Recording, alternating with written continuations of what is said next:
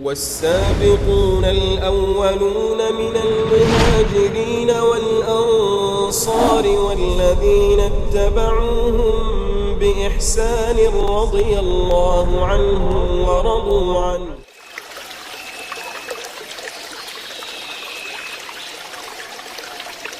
بسم الله الرحمن الرحيم. السلام عليكم ورحمة الله وبركاته. الحمد لله والصلاة والسلام على رسول الله وعلى آله وصحبه وسلم تسليما كثيرا. أما بعد, puji dan syukur senantiasa kita panjatkan kehadirat Allah Jalla wa'ala yang telah berfirman, wa in ta'uddu ni'matallahi la tuhsuha innal insana ladzalumun kafar. Dan kalaulah kalian ingin menghitung-hitung akan nikmat Allah atas kalian, la tuhsuha, niscaya kalian tidak akan mampu menghitungnya. Sesungguhnya manusia itu pelaku kezaliman dan kekufuran. Berkat nikmat kesehatan dan kesempatan dari Allah Jalla wa'ala, sama-sama kita telah melaksanakan ibadah salat subuh berjamaah di rumahnya yang mulia ini, yang kita memohon kepadanya, Rabbana taqabbal minna innaka antas sami'ul alim. Salawat beserta salam senantiasa kita sanjung sajikan kepada Nabi besar kita, keluarga dan segenap sahabat-sahabat beliau yang telah bersabda, inna athqalas salati 'alal munafiqin salatul isya'i wa salatul fajr walau ya'lamuna ma fihima la atauhuma walau habwa. Sesungguhnya salat yang paling berat atas orang-orang munafik adalah salat isya dan salat subuh. Dan kalaulah mereka mengetahui akan keutamaan pergi melaksanakan salat isya dan subuh, la atauhuma walau habwa, niscaya mereka akan pergi melaksanakannya sekalipun harus merangkak.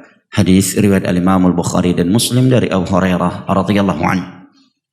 Jamaah yang dimuliakan Allah, kita lanjutkan kembali kajian kita kitab Asyru Qawaid fi Tazkiyatin Nafs, 10 kaidah pensucian jiwa.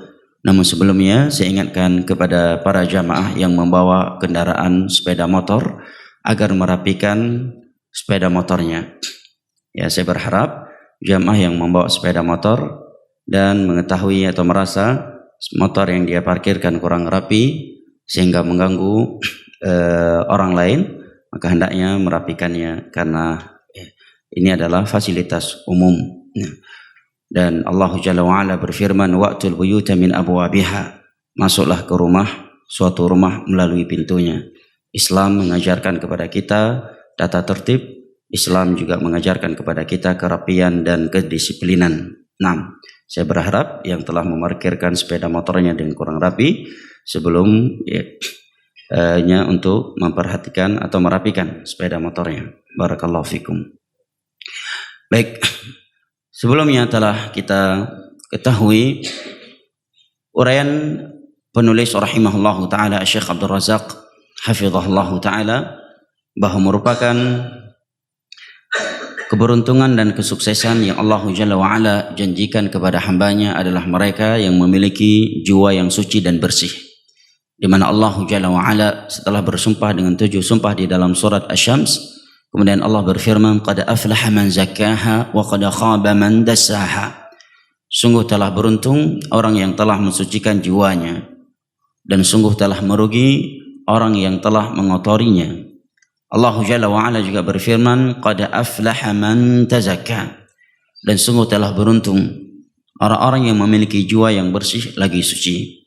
Dan pada pertemuan yang lalu kita membahas kaidah yang keempat terkait 10 kaidah pensucian jiwa, yaitu meneladani Rasulullah sallallahu alaihi wasallam. Di pertemuan tersebut telah disebutkan beberapa ayat dan hadis serta ucapan sebagian ulama bahwa meneladani Rasulullah sallallahu alaihi wasallam pada ucapan, perbuatan dan akhlak beliau merupakan sebab utama hati atau jiwa seorang bersih dan suci. Berikut ini kata penulis rahimahullahu ta'ala wa hafizah, yaqulul al-allamah Ibnul Qayyim rahimahullah, tazkiyatun nufusi as'abu min ilajil abdani wa ashaddu faman zakka nafsahu birriyadati wal mujahadati wal khulwati allati lam yaji biha ar-rusul huwa kal marid alladhi yu'aliju nafsahu bi ra'yihi wa aina yaqa'u ra'yuhu min ma'rifati at-tabib. Al-Imam Ibnu Al-Qayyim rahimahullahu taala menyatakan tazkiyatun nufus as'ab min ilajil abdani wa asyad. Mengobati, mensucikan hati atau jiwa itu lebih sulit daripada mengobati anggota badan dan lebih berat. Maka barang siapa yang mensucikan, mengobati jiwanya dengan melakukan riyadhah, mujahadah, bersungguh-sungguh dalam melakukan suatu ritual dan berkhalwat, tetapi dengan cara yang belum pernah didatangkan, yang belum pernah dibawa oleh para rasul, dengan metode yang tidak sesuai dengan tuntunan Nabi SAW, maka dia seperti seorang yang sakit, seorang pasien yang mengobati dirinya dengan ilmu pribadinya, dengan ra'yunya, dengan rasionya yang tidak didasari ilmu. Wa aina yaqa'u ra'yuhu min ma'rifati at-tabib. Tentunya sungguh berbeda antara ra'yu, rasio dia dengan ilmu seorang dokter di dalam mengobati suatu penyakit. Farrusulu atibba'ul qulub. Maka demikian pula dengan agama ini. Mereka para rasul, para nabi merupakan dokter-dokter yang akan mengobati hati umat Islam, umat manusia. Fala sabila ila tazkiyatiha wa salahiha illa min tariqihim. Maka sungguh hati mereka, jiwa mereka tidak akan bersih dan tidak akan suci kecuali dengan mengikuti jalan mereka. Wa ala aidihim, dengan tangan mereka. Wa bi mahdhil inqiyadi wa taslimi lahum, dan dengan mengikuti, tunduk, patuh kepada ajaran yang mereka bawa. Wallahul musta'an, dan Allah Jalla wa ala tempat kita memohon pertolongan. Kemudian kata penulis rahimahullahu taala wa hafizah, wa aidan fa jami'ul a'mal allati laisa 'alaiha amru an-nabiy sallallahu alaihi wasallam mardudatun 'ala sahibiha. Seluruh amalan yang tidak sesuai dengan tuntunan Nabi sallallahu alaihi wasallam itu akan tertolak. Kama qala an-nabiy sallallahu alaihi wasallam, man 'amila 'amalan laisa 'alaihi amruna fa huwa rad. Sebagaimana Nabi sallallahu alaihi wasallam telah bersabda, barang siapa yang melakukan suatu amalan yang tidak sesuai dengan tuntunan kami, maka amalan tersebut tertolak. Hadis riwayat Imam Muslim dari Aisyah radhiyallahu anha. Para ulama menyebutkan di antaranya Al-Imam Ibnu Utsaimin dalam kitabnya Qawaidul Fiqh wa Usulih, bahwa suatu ibadah la budda an tuwafiqa asy-syara' fi sittati asya'.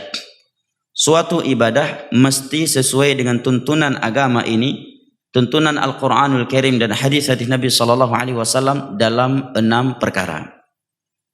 Suatu ibadah mesti sesuai dengan tuntunan Nabi sallallahu alaihi wasallam dalam 6 perkara. Yang pertama al-jins, yang kedua al-kaifiyah, yang ketiga as-sababiyah, yang keempat al-qadar awil adadiyah, yang kelima az-zamaniyah, dan yang keenam al-makaniyah. Yang pertama dari sisi jenisnya, mesti sesuai dengan jenis yang telah ditentukan dalam agama ini.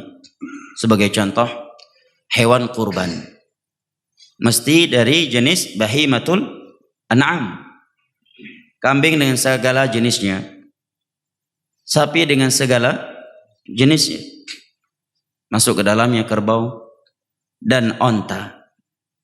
Maka barang siapa yang menyembelih seekor hewan untuk ibadah kurban selain dari jenis ini, maka tidak sah. Jika ada orang yang menyembelih seekor ayam untuk ibadah kurban, karena dia anggap ayam yang dia miliki harganya lebih mahal daripada harga sapi. Berapa harga ayam yang paling mahal? Sampai ada yang beli ayam, kata ayam dari Hong Kong. Mungkin orang-orang yang pernah pengalaman dulu sebelum hijrahnya mengetahui. Ayam yang digunakan untuk bertarung paling mahal berapa harganya?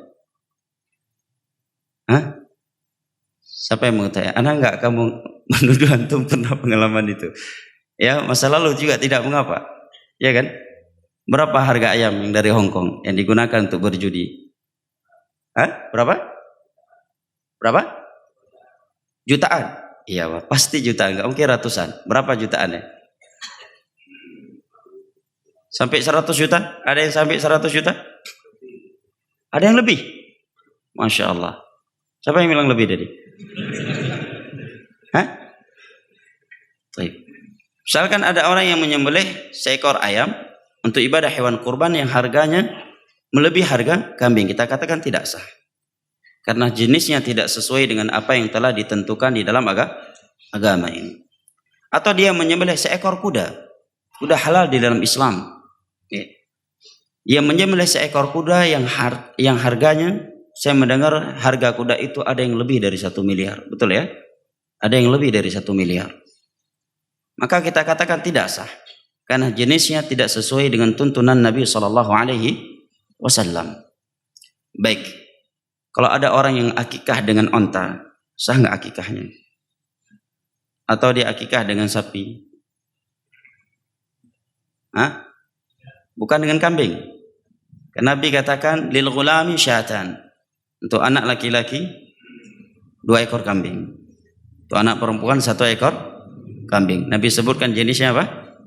Kambing. Ini karena dia melihat tamunya banyak, agar lebih bermanfaat, dia pun menyembelih seekor sapi, kerbau, atau kalau dia di Arab, onta. Sah nggak akikahnya? Hah? Sah. Dalilnya? Tidak, Pak Ramli. Apa alasannya? Ahsan. Kalau dalam hal ini terjadi khilaf di antara ulama. Sebagian ulama menyatakan sah. Mereka menyatakan sah mereka yang berkata sah beralasan karena onta memang bukan kambing, tetapi dia bertemu dengan kambing dalam masalah kurban. Ya. Menunjukkan dalam menyembelih hewan kurban, seorang boleh memilih seekor kambing atau sapi atau juga 1 bagian dari 7 bagian sapi atau onta.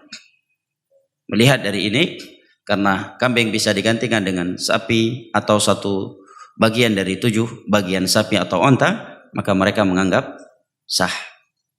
Sebagian ulama yang melihat kepada permasalahan jenis, mereka menyatakan tidak sah. Karena Nabi menyebutkan dalam akikah dengan jenis kambing. Sapi dan onta bukan bagian dari jenis kambing. Dan syarat dari Syekh Utsaimin yang kedua ini lebih kuat dan lebih jelas. Baik, ini yang pertama. Yang kedua, mesti sesuai dengan tuntunan agama Allah Jalla wa'ala dari sisi kaifiyahnya, caranya. Maka apabila seorang melakukan suatu ibadah yang asal ibadah tersebut dianjurkan dalam agama ini, tetapi dia mengerjakannya dengan cara yang tidak sesuai dengan tuntunan Nabi SAW, maka tidak akan diterima. Sebagai contoh, dia salat, dia puasa, dia haji, dia umrah. Ini ibadah-ibadah yang dianjurkan oleh Allah dan Rasulnya, tetapi dia melakukannya tidak sesuai dengan cara yang telah dituntun oleh Rasulullah SAW. Oleh karenanya Nabi SAW bersabda, "Sallu kama ra'aitumuni usalli." Salatlah kalian sebagaimana kalian melihat aku salat.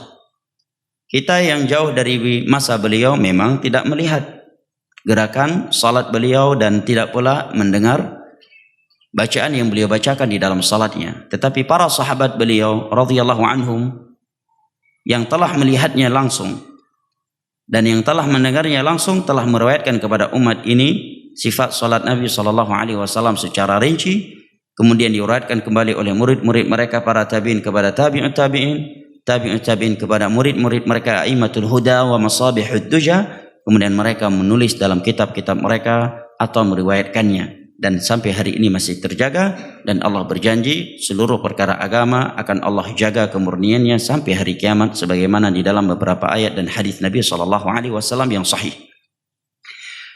Di dalam haji wada, ketika Nabi SAW telah melaksanakan atau di hari-hari akhir haji wada, Nabi bersabda, "Khudhu anni manasikakum." Hendaknya haji yang kalian tunaikan sesuai dengan haji yang telah aku lakukan saat ini. Ini perintah dari Nabi SAW untuk melakukan suatu ibadah yang dianjurkan oleh agama dengan metode, dengan cara yang sesuai dengan metode beliau. Ini yang kedua. Yang ketiga, al-qadar, al-adadiyah, dari sisi jumlahnya. Tidak boleh berkurang atau bertambah dari jumlah yang telah ditentukan oleh Allah dan Rasulnya secara khusus. Perhatikan bahasa saya, secara khusus. Karena di sana ada ibadah-ibadah secara umum dia tidak ditentukan bilangannya. Contohnya memperbanyak istighfar, memperbanyak salawat kepada Nabi SAW, dan memperbanyak zikir kepada Allah secara umum. Ya. Tidak ada ketentuan berapa hari dalam sehari ya seorang berapa kali beristighfar selain zikir-zikir yang telah ditentukan jumlahnya. Tapi pada ibadah atau zikir yang telah ditentukan bilangannya secara khusus, maka tidak boleh dia melakukannya lebih dari bilangan yang telah ditentukan oleh Allah dan Rasulnya. Sebagai contoh dalam bab ibadah salat, rakaat-rakaat yang telah ada, tidak boleh dia lakukan lebih atau kurang dari rakaat yang telah ditentukan oleh Rasulullah SAW. Demikian pula dalam zikir. Sebagai contoh, setelah salat 5 waktu, Allahumma astaghfirullah dibaca sebanyak 3 kali. Kemudian Allahumma antas salam wa minkas salam tabarakta ya dzal jalali wal ikram sekali. La ilaha illallah wahdahu la syarika la lahul mulku wa lahul hamdu wa huwa ala kulli syai'in qadir. La haula wa la quwwata illa billah. La ilaha illallah mukhlishina lahud-din walau karihal kafirun. Allahumma la mani' lima a'taita wa la mu'ti lima mana'ta wa la yanfa'u dzal jaddi minkal jadd. Subhanallah 33 kali, alhamdulillah 33 kali, Allahu akbar 33 kali. Maka tidak boleh dia melakukan lebih dari apa bilangan yang telah diberikan petunjuknya oleh Rasulullah SAW. Dia bertasbih 35 kali misalkan, atau 40 kali. Baik. Kemudian yang keempat adalah as-sababiyah. Dari sisi sebab ia melakukan suatu ibadah mesti ada dasar dalam agama ini. Mesti sesuai dengan petunjuk Rasulullah SAW. Sebagai contoh, orang yang pergi umrah yang mengambil ihram di Bi'ir Ali. Ini penyebutan yang lebih masyhur di kalangan manusia sekarang. Tetapi penyebutan syar'i terkait miqat untuk penduduk Madinah dan orang-orang yang melewatinya adalah dengan sebutan Dzulhulaifah. Ya. Dzulhulaifah. Ketika seorang mengambil ihram di Dzulhulaifah, sebelum dia mengucapkan labbaik Allahumma hajjan atau labbaik Allahumma umrah, melewati miqat. Karena miqat itu bukan di masjid yang jamaah yang melakukan salat, tetapi lewat dari masjid itu ya. Bukan di situ miqatnya. Di situ persiapan untuk miqat. Setelah mandi pakai pakaian di Dzulhulaifah, kemudian naik bis beberapa menit setelah naik bis berjalan, nanti akan ada tulisan miqat Dzulhulaifah. Nah, salah satu ibadah yang dianjurkan menjelang pengambilan ihram dan secara khusus di miqat Dzulhulaifah adalah salat 2 rakaat, karena masjid yang ada di Bi'ir Ali di masa Nabi SAW itu adalah sebuah lembah. Yang Nabi SAW diperintahkan oleh malaikat, "Shalli fi hadzal wadil mubarak." Salatlah engkau di lembah yang penuh berkah ini. Maka apabila seorang pergi melakukan salat di situ karena sebab menjelang pengambilan ihram, maka ada dalilnya. Contoh yang lainnya, misalkan orang salat 2 rakaat ketika masuk ke masjid sebelum duduk sebagai tahiyatul masjid. Sebabnya karena masuk masjid. Dalilnya hadis Abu Qatadah Al-Ansari radhiyallahu anhu dalam riwayat Imam Muslim, Nabi bersabda, "Idza dakhala ahadukumul masjid fala yajlis hatta yarka'a raka'atain." Apabila salah satu di antara kalian masuk ke dalam masjid, maka jangan dia langsung duduk hingga dia telah melakukan salat sebanyak 2 atau minimal 2 rakaat. Tiba-tiba ada orang yang melakukan salat 2 rakaat ketika masuk rumah baru dengan alasan tahiyatul rumah baru. Kita katakan tidak bisa, karena tidak ada dalil yang menunjukkan salat 2 rakaat karena masuk rumah baru. Atau ada orang yang melakukan salat 2 rakaat sebelum menggunakan kendaraan barunya. Dia punya beli mobil baru harga 6 miliar misalkan. Sebelum dia memakainya, dia salat dulu 2 rakaat. Alasannya tahiyatul mobil baru 2 rakaat. Kita katakan tidak bisa. Karena 2 rakaat sebelum menggunakan mobil baru tidak ada dalil yang menunjukkan ya bahwa ada salat 2 rakaat sebab mobil baru. Ini yang keempat, mesti sesuai dengan tuntunan Nabi SAW dari sisi sebabnya. Jelas dari sisi sebabnya. Yang kelima adalah az-zamaniyah, dari sisi waktunya. Mesti sesuai dengan waktu yang telah ditentukan oleh Allah dan Rasulnya. Dan untuk ini saya kira banyak contoh yang dipahami oleh kita semua seperti salat, ya, haji, ya. Baik. Yang kelima, al-makaniyah, dari sisi tempatnya. Tidak boleh di luar tempat yang telah ditentukan oleh Allah dan Rasulnya secara khusus seperti haji dan umrah. Hanya bisa dilakukan di tanah suci. Tidak bisa dilakukan di selain tempat tersebut. Contoh lainnya i'tikaf. I'tikaf adalah salah satu ibadah yang dianjurkan di dalam Islam baik di bulan Ramadan ataukah di luar Ramadan untuk memfokuskan diri beribadah kepada Allah Jalla wa Ala, tetapi tempatnya di dalam masjid. Wa antum aakifuna fil masajid. Maka tidak sah i'tikaf di atas kuburan-kuburan atau di pinggir-pinggir kuburan atau di bawah pohon-pohon yang katanya pohon keramat dan yang semisal dengannya. Karena i'tikaf tempatnya di dalam masjid. Wa antum aakifuna fil masajid. Ini 6 hal yang para ulama menyebutkan antakuna al-ibadatu muwafiqatan li hadhil asya' as-sittah. Suatu ibadah mesti sesuai dengan tuntunan Nabi sallallahu alaihi wasallam dalam 6 hal ini. Dan Nabi sallallahu alaihi wasallam bersabda, "Ma min syai'in yuqarribukum ila al-jannati illa qad bayyantu, wa ma min syai'in yuqarribukum ila an-nar illa qad bayyantu." Sungguh tiada sesuatu yang dapat mendekatkan kalian kepada syurga Allah melainkan aku telah menjelaskannya. Dan sungguh tiada sesuatu yang dapat menjerumuskan kalian ke dalam neraka Allah melainkan aku telah menjelaskannya. Dalam surat Al-Maidah ayat ketiga, Allah Jalla wa Ala berfirman, "Al-yawma akmaltu lakum dinakum wa atmamtu 'alaikum ni'mati wa raditu lakumul Islam dina." Hari ini telah aku sempurnakan agama kalian. Telah aku sempurnakan nikmatku atas kalian dan aku telah ridha Islam satu-satu sebagai agama yang aku pilih untuk kalian. Ayat ini turun yang Allah katakan hari ini pada hari Arafah 9 Zulhijjah pada haji wada', dan 80 hari setelah ayat ini turun Nabi kita sallallahu alaihi wasallam diwafatkan, serta tidak ada lagi pembahasan halal dan haram setelah turun ayat ini. Dan di antara bukti kesempurnaan agama yang dibawa oleh Nabi sallallahu alaihi wasallam dan tidak butuh untuk di-upgrade dan di-update setelah beliau meninggal, di mana masalah-masalah sepele, masalah-masalah kecil menurut manusia itu kecil atau sepele, rupanya ada petunjuk khusus dari Nabi sallallahu alaihi wasallam ketika melakukannya. Apalagi perkara-perkara yang itu besar dalam Islam. Sebagai contoh, buang air kecil, buang air besar. Ini kan hal yang sepele. Ya, keluar masuk WC. Yang akan dilakukan oleh seorang adalah membuang kotoran yang najis. Andai kata kita tidak mengetahui petunjuk Nabi sallallahu alaihi wasallam terkait adab menunaikan hajat, mungkin kita akan melakukannya biasa-biasa saja, tanpa melakukan suatu ritual atau suatu perbuatan yang diajarkan oleh Rasulullah sallallahu alaihi wasallam. Hal yang sepele. Rupanya dalam agama ini, rupanya sebelum Nabi sallallahu alaihi wasallam wafat, ada petunjuk yang beliau sampaikan dalam hal itu.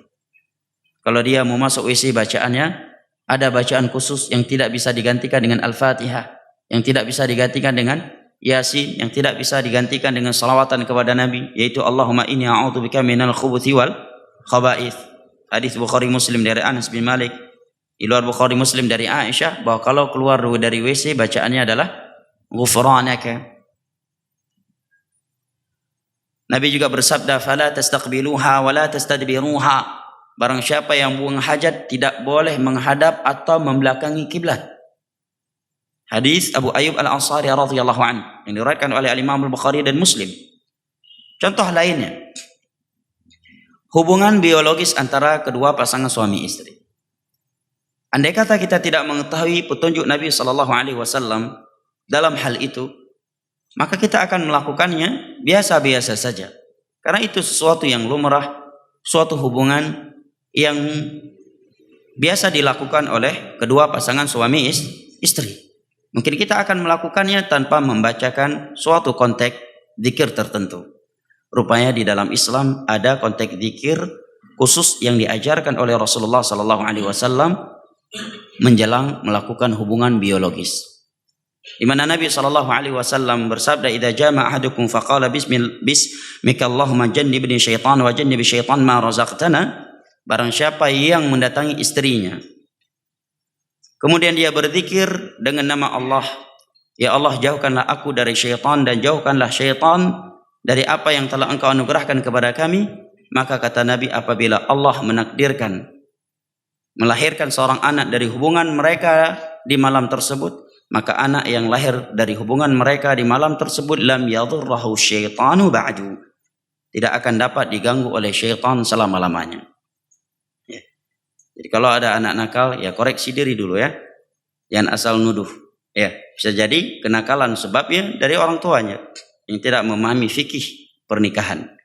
Ya, dan jangan sampai sudah memiliki sekian anak dan cucu, doa ya tuh anak palong, ya, zikir di atas tidak hafal, ya, karena keutamaannya anak yang lahir dari hubungan yang dibacakan zikir di atas, anak tersebut tidak akan diganggu oleh syaitan selama-lamanya. Hadis riwayat Al-Imam Al-Bukhari dari Abu Hurairah radhiyallahu anhu. Syahid dari itu jamaah yang dimuliakan Allah. Ini kan masalah sepele. Ya, hubungan biologis, pelampiasan syahwat. Rupanya dalam Islam ini ada petunjuk khusus. Ada konteks zikir yang Nabi ajarkan di saat itu yang tidak bisa digantikan dengan Al-Fatihah, yang tidak bisa digantikan dengan Yasinan, yang tidak bisa digantikan dengan selawatan, atau konteks zikir yang lainnya. Contoh yang lainnya. Kita kalau melihat ada orang yang sedang mendapat musibah, misalkan kita sedang mengendarai sepeda motor, mobil, tiba-tiba melihat di pinggir jalan ada orang yang jatuh, tabrakan, kita mungkin akan melewatinya biasa-biasa saja tanpa membacakan suatu bacaan. Rupanya dalam Islam ada anjuran khusus, ada konteks khusus yang Nabi ajarkan agar kita membacakannya ketika kita melihat orang lain mendapatkan musibah, yaitu konteks zikir alhamdulillahilladzi afana mimma btalahu wa faddalana ala katsirin mimman khalaqa tafdhila. Segala puji bagi Allah yang telah menyelamatkan kita dari musibah yang menimpanya dan yang telah mengutamakan kita di atas ya sebagian besar makhluknya. Ini zikir yang Nabi ajarkan. Ya, karena bisa jadi suatu musibah yang kita bicarakan, yang kita tertawakan, yang kita lihat akan menimpa kita beberapa menit setelah itu. Dan saya kira hampir setiap kita punya pengalaman yang seperti itu. Ketika safar dalam mobil melihat ada mobil tabrakan, kita hanya sekedar membicarakannya, menertawakannya, dan tidak lama kemudian kita termasuk yang mendapatkan musibah yang sama. Contoh lainnya jemaah. Kalau kita melewati suatu kebun dengan buah-buahan yang telah matang, kita akan melewatinya biasa-biasa saja. Rupanya ada petunjuk khusus dari Nabi. Konteks zikir apa yang mesti kita baca kalau kita melihat buah-buahan sudah mulai matang. Turun hujan juga ada konteks zikir khusus dari Nabi SAW, yaitu Allahumma shayban nafi'an. Naik kendaraan ada konteks zikir khusus yang Nabi ajarkan yang tidak bisa digantikan dengan Al-Fatihah, yang tidak bisa diganti dengan salawatan, yaitu Allahu Akbar, Allahu Akbar, Allahu Akbar, Subhanalladzi sakhkhara lana hadza wa ma kunna lahu muqrinin wa inna ila rabbina lamunqalibun. Contoh lainnya safar. Semua orang melakukan safar. Ya, rupanya di dalam Islam ini ada petunjuk, ada zikir khusus yang diajarkan oleh Rasulullah sallallahu alaihi wasallam kepada orang yang melakukan safar, yang dengan doa tersebut Allah akan menjaga dia dari sesuatu yang membahayakan agama dan dunianya. Yang dengan doa tersebut Allah akan menjaga harta dan keluarga yang ia tinggalkan, yaitu Allahumma inna nas'aluka fi safarina hadzal birra wa taqwa wa min al-'amali ma tarda. Allahumma hawwin 'alaina safarana hadza wa adhi 'anna bu'dahu. Allahumma antas sahibu fis safar wal khalifatu fil ahl wa na'udzu bika min wa'tha'is safar wa ka'abatil manzar wa su'il munqalib fil ahli wal mali, dan seterusnya. Maka Seorang yang ingin mensucikan dirinya, memiliki jiwa yang baik, hendaknya dia meneladani Rasulullah sallallahu alaihi wasallam dalam hal-hal tersebut. Jangan justru dia meninggalkannya kemudian membuat konteks zikir khusus darinya dengan alasan tujuannya baik, dengan alasan tujuan kami bagus, atau dengan alasan yang lebih tipis, lebih halus dari itu, yaitu kearifan lokal. Jelas ya? Zikir-zikir di atas kan tidak bisa diganti dengan lain, karena kita paham bahwa sebaik-baik petunjuk adalah petunjuk Rasulullah sallallahu alaihi wasallam. Pertanyaannya, zikir masuk WC yang Nabi ajarkan tadi, Allahumma inni a'udzubika minal khubuthi wal khaba'ith, kita ganti saja dengan salawatan, bisa? Tidak bisa. Zikir yang Nabi ajarkan menjelang melakukan hubungan biologis di atas tadi, bolehkah kita ganti dengan Al-Fatihah? Tidak. Demikian pula dengan konteks zikir setelah salat 5 waktu. Anehnya sebagian orang yang berkata zikir masuk WC adalah Allahumma inni a'udzubika minal khubuthi wal khaba'ith. Jangan kita ganti dengan Al-Fatihah, jangan kita ganti dengan salawatan, karena itu yang datang dari Nabi. Tetapi pada zikir setelah salat 5 waktu, dia menggantikannya dengan konteks yang lain, yang tidak datang dari Nabi SAW, dengan alasan tujuan kami bagus, dengan alasan ya kearifan lokal dan yang semisal dengannya. Dengan itu dia telah mengabaikan firman Allah Jalla wa Ala, laqad kana lakum fi rasulillahi uswatun hasanah.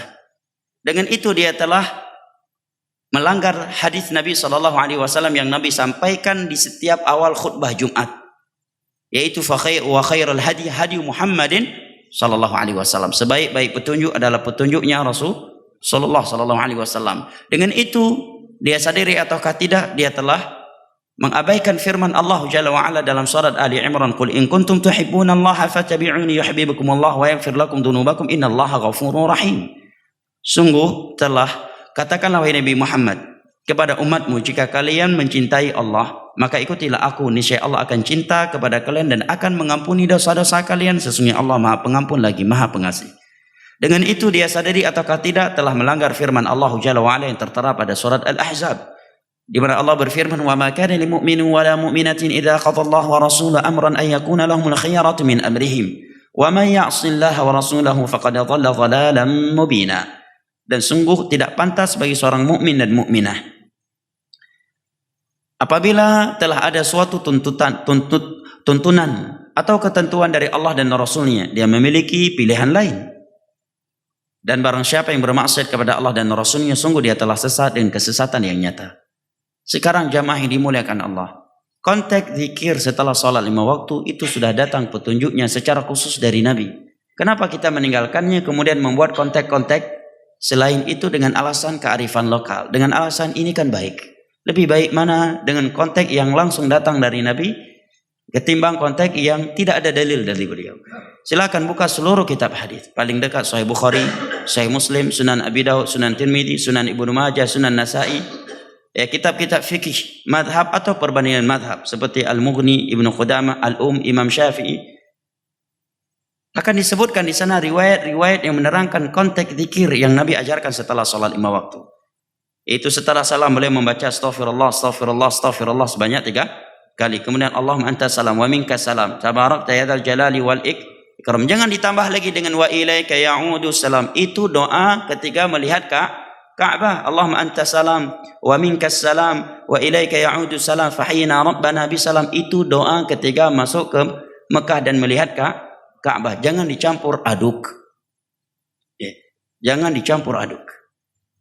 Kemudian setelah itu membaca la ilaha illallah wahdahu la syarika lah lahul mulku wa lahul hamdu wa huwa ala kulli syai'in qadir. La ilaha illallah mukhlishina lahuddin walau karihal kafirun. La haula wala quwwata illa billah. Allahumma la mani' lima a'taita wa la mu'ti lima mana'ta wa la yanfa'u dzal jaddi minkal jadd.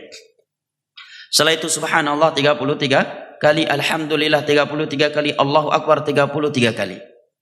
Kemudian membacakan la ilaha illallah wahdahu la syarika lah lahul mulku wa lahul hamdu wa huwa ala kulli syai'in qadir. Dengan itu genap menjadi 100 kali. Kemudian ayat kursi, kemudian qul huwallahu ahad, qul a'udzu bil falaq, qul a'udzu birabbin nas. Jika itu salat maghrib dan subuh, maka dia membacakan 3 qul masing-masingnya sebanyak 3 kali. dan membacakan la ilaha illallah wahdahu la syarika lah lahul mulku wa lahul hamdu yuhyi wa yumiitu wa huwa ala kulli syai'in qadir 10 kali. Dan pada salat subuh ada penambahan Allahumma inni as'aluka ilman nafi'an wa rizqan thayyiban wa amalan mutaqabbala, sebagaimana dalam riwayat Al-Imam Ibnu Majah dari Ummu Salamah radhiyallahu anha bahwa Nabi senantiasa membacakan itu setelah salat subuh. Adapun konteks Allahumma inni ala dzikrika wa syukrika wa husni ibadatik, maka letaknya sebelum salam pada tasyahud akhir. Ini konteks zikir. Tidak ada satupun hadis, jangankan hadis, ucapan para sahabat, tabi'in, tabi' dan 4 imam mazhab pun tidak ada bahwa konteks zikir setelah salat 5 waktu adalah Al-Fatihah, adalah salawatan. Yang bisa mendatangkan dalil dari hadis Nabi, saya kasih uang 5 juta. 5 juta saya kasih. Tapi kalau nggak bisa datangkan, bayar ke saya 10 juta. Ini namanya judi, nggak boleh. Tidak ada, demi Allah tidak ada.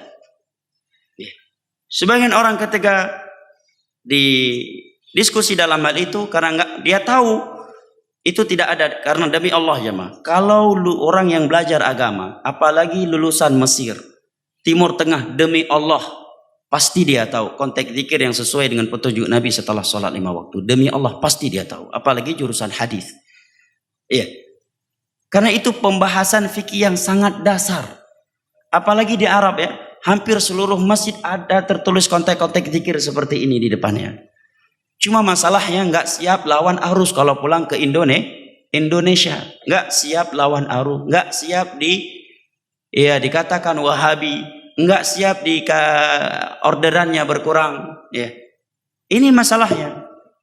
Hawa nafsu, cinta dunia, khawatir popularitasnya hilang, khawatir orderan ceramahnya berkurang, sehingga ikut saja dengan apa yang sudah berlaku. Supaya nampak ilmiah dikit, maka dia cari-cari alasan. Yang inti alasannya adalah mempermainkan emosional atau perasaan manusia, bukan berlandasan dengan Al-Quran dan hadis. Di antara alasannya kearifan lokal. Alasannya lagi tujuannya akan baik. Baik, kalau alasannya demikian, betapa banyak kita akan meninggalkan agama Allah, petunjuk Rasulullah hanya karena kearifan lokal, hanya karena tujuannya baik. Kalau demikian rubah saja salat subuh 4 rakaat jadi dengan alasan tujuannya kan baik. Karena kita masih segar pada salat subuh, masa cuma 2 rakaat? Pada salat zuhur yang di waktu kita capek saja 4 rakaat. Ini agama.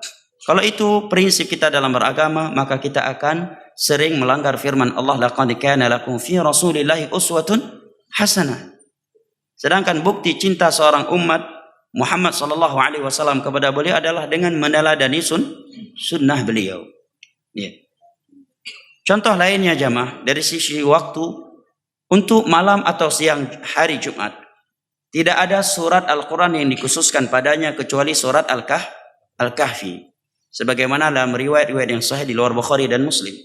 Maka mengkhususkan suatu surat dari Al-Quran untuk malam Jumat tanpa dalil yang mengkhususkannya, maka ini termasuk dari mengada-adakan perkara baru dalam urusan agama Allah. Tidak ada dalil yang menerangkan bahwa surat Yasin adalah surat yang dikhususkan untuk malam Jumat. Yang ada adalah Al-Kahfi.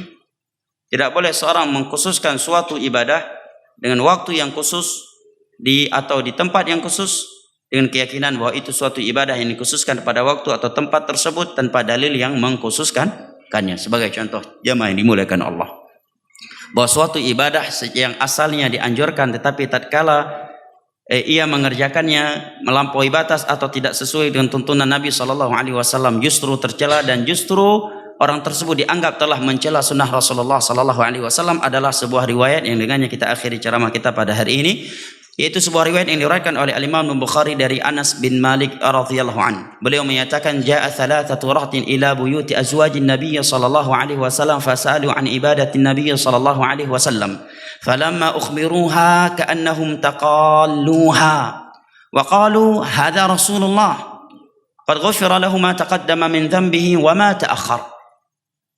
Faqala ahaduhum amma inni fa usalli al-laila wa la arqud. Wa qala thani amma inni fa'asumu wa la uftir.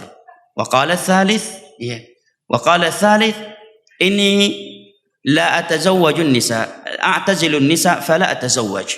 Faja'a Rasulullah sallallahu alaihi wasallam فبلغه ذلك فجاء إليهم فقال أنتم الذين قلتم كذا وكذا أما والله إني لأخشاكم لله وأتقاكم له فإني أصلي الليل وأرقد وإني أتزوج النساء وإني أصوم وأفطر فمن راغب عن سنتي فليس مني. Datang 3 orang ke rumah sebagian istri Nabi SAW menanyakan aktivitas ibadah Nabi SAW sehari-hari. Tatkala mereka diberitahukan ibadah sehari-hari Nabi SAW, mereka menganggap itu adalah ibadah yang sedikit.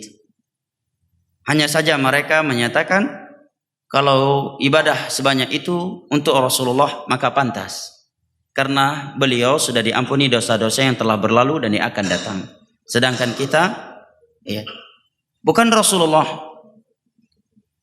Belum ada jaminan pengampunan dosa-dosa kita yang telah berlalu dan yang akan datang. Maka kalau demikian, ibadah kita mesti lebih banyak daripada ibadah Nabi. Ini namanya apa? Cocok logi. Ya. Bagus nggak tujuannya? Bagus kan? Ya. Berarti kita, anak siapa di belakang? Mohon diperhatikan. Taib ya. Anak-anak nggak boleh dimarahi. Tapi orang tuanya yang diajarkan. Sebagai dalil. Nabi pernah sholat subuh. Ya, kemudian mendengar suara tangisan anak kecil yang sangat keras. Nabi pun langsung mempercepatkan sholatnya. Selesai sholat Nabi berkata, tadi aku ingin baca panjang dalam sholatku. Kemudian aku ringkas karena mendengar tangisan anak. Aku sayang kepada orang tuanya. Maka anak sekalipun mereka nakal, ribut di masjid, nggak boleh dimarahin. Yang perlu ditegur adalah orang tuanya.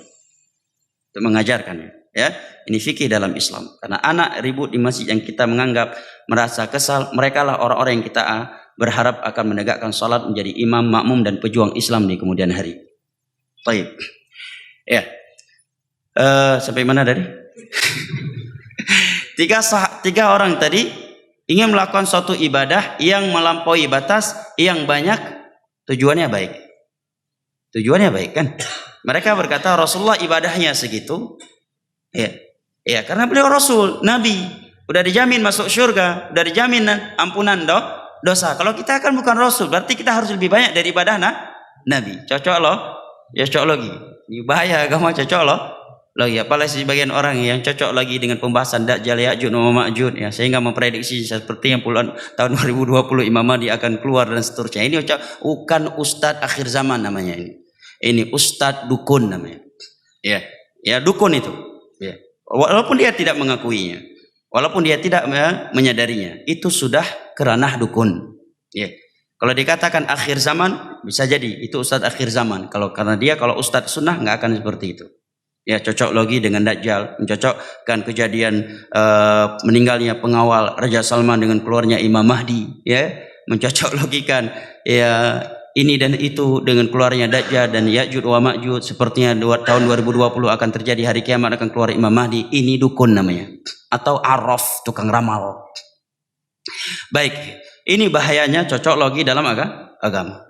Kemudian mereka berkata, kalau demikian aku akan hidup menjomblo sampai mati. Aku tidak akan menikah agar fokus beribadah. Ingin hidup menjomblo sampai mati. Apa tujuannya? Ingin fokus beribadah. Mulia nggak tujuannya? Mulia tujuannya. Ingin hidup jomblo bukan untuk mengejar beasiswa S3 ke Jepang, ke Belanda, atau yang lainnya. Ingin hidup menjomblo sampai mati, tujuannya untuk fokus beribadah. Yang pertama. Yang kedua berkata, aku akan selalu sholat 1 malam penuh. Setiap malam aku akan sholat 1 malam penuh. Dari mulai isya sampai adzan subuh. Nggak akan pernah tidur. Setiap malamnya. Kalau dia melakukannya di 10 terakhir Ramadan atau di malam Lailatul Qadar, ini tidak mengapa. Yang ketiga berkata, aku akan berpuasa setiap hari dan tidak akan pernah berbuka. Bagus nggak tujuannya? Bagus kan? Dan 3 ibadah di atas asalnya dianjurkan dalam Islam secara umum. Begitu Nabi pulang, disampaikan oleh istri-istri yang ucapan mereka. Setelah itu Nabi pun menemui mereka dan perhatikan akhlak Nabi kita sallallahu alaihi wasallam. Setelah beliau tahu, Nabi mendatangi mereka dan berkata, antumul ladina qultum kadza wa kadza, pebudaya wa aranan pegahaba lagi. Ya, tentunya Nabi pakai bahasa Arab, bukan bahasa Aceh. Ya, antumul ladzina qultum kadza wa kadza. Benarkah kalian telah berkata demikian dan demikian? Benarkah kalian telah mengeluarkan statement yang seperti ini? Ya, padahal yang memberitakan kepada beliau istri-istri beliau. Istri beliau kan thiqah. Ya, istri beliau jujur. Gak mungkin berdusta, gak mungkin ngasih berita bohong. Tetapi karena ini berkaitan dengan kehormatan manusia. Akan ada suatu sikap yang akan dibangun di atas itu. Nabi sangat berhati-hati sebelum mengeluarkan statement ya atau suatu sikap. Nabi tanya, menemui dulu mereka. Benarkah kalian berkata demikian dan demikian? Ya. Ini akhlak jamaah. Ya. Jangan menjadi korban hoax. Ya. Apalagi media zaman sekarang. Ya. Jangankan berita yang berkaitan dengan politik, berita kambing mati saja itu bisa dipolitisasi. Ya, bisa dipolitisi. Berita ayam tabrak mobil aja bisa dipolitis kalau dimasukkan ke dalam koran. Coba perhatikan di sini Nabi. Begitu dapat berita dari istrinya, sebelum Nabi menegur mereka, Nabi temui dulu mereka. Benarkah kalian berkata demikian dan demikian? Tatkala mereka menyatakan bala ya Rasulullah, benar wahai Rasulullah. Maka Nabi menyatakan, aku lebih takut kepada Allah dan lebih bertakwa kepadanya ketimbang kalian. Tetapi aku menikahi wanita. Aku tidak sholat satu malam pun. Aku salat dan aku tidur di dalam suatu malam. Dan aku berpuasa dan juga berbuka. Tidak berpuasa setiap hari. Ini sunnahku. Barang siapa yang membenci sunnahku, falaisa minni. Maka dia bukan dari umatku. Nabi menganggap bahwa suatu ritual ibadah yang tak sesuai dengan tuntunan beliau atau melampaui batas, itu adalah bentuk membenci sunnah beliau. Maka dari sisi mana kita menganggap cinta kepada Nabi? Dengan melakukan ibadah-ibadah yang tidak sesuai dengan tuntunan Nabi, atau melakukan suatu ritual yang Nabi tidak pernah melakukannya, padahal faktor untuk melakukannya ada dan tiada sesuatu yang menghalanginya. Karena di antara bentuk cinta kita kepada Nabi adalah tidak melakukan suatu ritual atau ibadah yang Nabi tidak pernah melakukannya, sementara faktor sebab di masa itu ada dan tiada yang menghalangi beliau. Ini yang dapat saya sampaikan pada kajian hari ini, karena ini hari kerja. Saya kira sampai di sini, lebih dan kurangnya saya mohon maaf. Wabillahi taufiq wal hidayah, wa sallallahu ala nabiyyina Muhammad wa ala alihi wa sahbihi wasallam, wa akhiru da'wana anil hamdulillahi rabbil alamin. Wassalamu alaikum warahmatullahi wabarakatuh.